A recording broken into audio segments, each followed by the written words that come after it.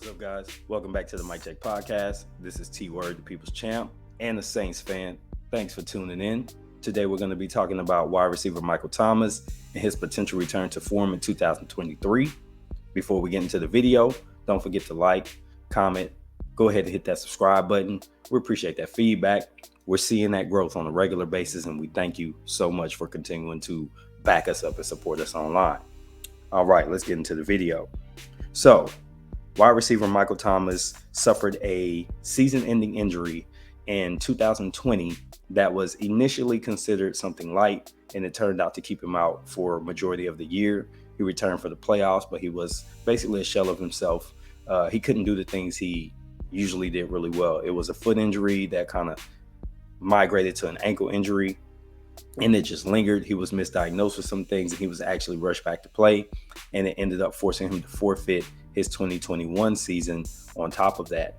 So now he's basically 2 seasons or 1.5 season loss, and then in 2022 he got back to action, and then he ended up having another lower extremity injury, and now things just kind of compounded.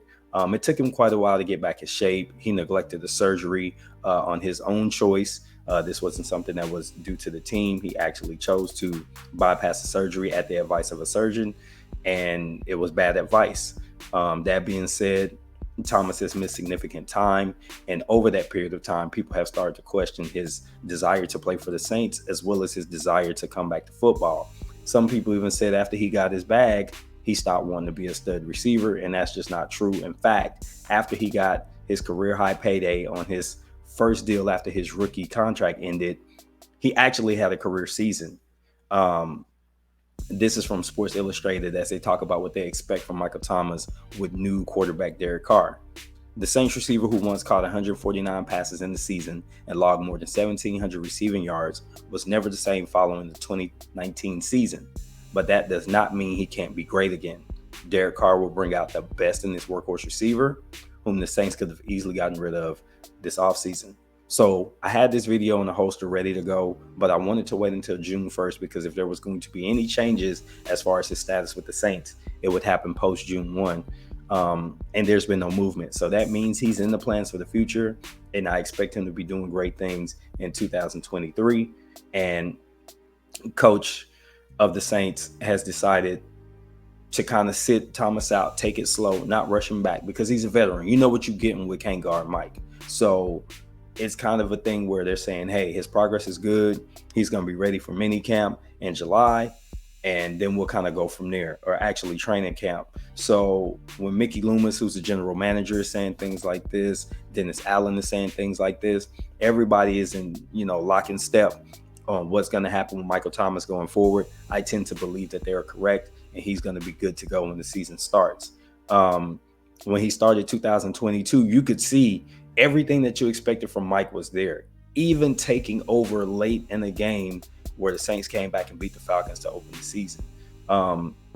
He basically started the year in 3 games. He had 16 catches and 3 touchdowns.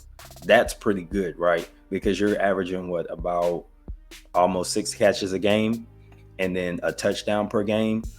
That's a pretty good pace, right? Kind of on that pace that he had started to set before his record-setting season. He was a guy, volume catcher. He's going to get you 8-10 catches a game. So if you can get him at 6 coming off an injury, that's good to go. So we were expecting good things, and then we find out he's got a foot injury. And then the Saints season kind of went awry. I'm thinking maybe he has some opportunities to come back, and the season just wasn't going good. But I think for him, getting back into action with a more established quarterback that's kind of known for getting things done, I think this is going to bode well for him, especially as a volume guy who's a very good safety valve. He runs those short to intermediate routes, so he's like a good tight end, except with receiver skills. Part of what made it hard to see him not play is that foot injury is something that in an ankle injury, he can't do what he does really well, which is plant. He's good at getting separation. He's a great route runner. And when you've got things going on with lower extremities, it affects your ability to be that. Now, here's some context for what we can expect from Michael Thomas. While they're different receivers,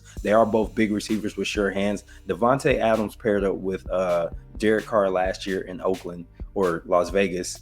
And they combined for 100 catches, 1,500 yards, and 14 TDs. Now, you won't see that type of production from Thomas simply because Chris Olave is in the mix in New Orleans, but you could see something where he's well over 90 catches. He should approach 1,000 yards as long as he plays 17 games. And then you're also going to see him be the type of receiver that is very reliable in the red zone. And if he can continue to create separation, he's going to come back as the stud that he once was, even if the numbers don't reflect that he's a stud. The way that he impacts a game is going to be reflected on, wow, look at how many third down conversions he has. How many times do they throw to him in red zone situations? That's going to let you know exactly where Michael Thomas is. For me, I'm kind of biased because I'm a big Can't Guard Mike fan. He's my second favorite Saints receiver ever behind Marcus Colston. But that being said, I do believe Mike is going to come back strong. He's not going to have the pressure because he's got a great number 2 next to him with Chris Olave. And then Rashid Shaheed is coming in, who's a speed demon. This team is going to look really good in the wide receiver room this year. And I think with a quarterback like Derek Carr, the sky's the limit for what they can do offensively as long as the scheme makes sense. And even though I don't like John Gruden, he's been in there talking to them, maybe trying to figure out exactly how to use all these pieces. And one thing we know about Gruden, he could put together a damn offense. So we'll see how this goes. But that's just my opinion. We'll love to get you guys' thoughts, especially my who that's. What's 2023 going to look like for Michael Thomas? Is he going to return to form, or is this going to be talent that has wasted due to injury? We'll love to get your thoughts. This has been T. Until next time, I'm out. Peace.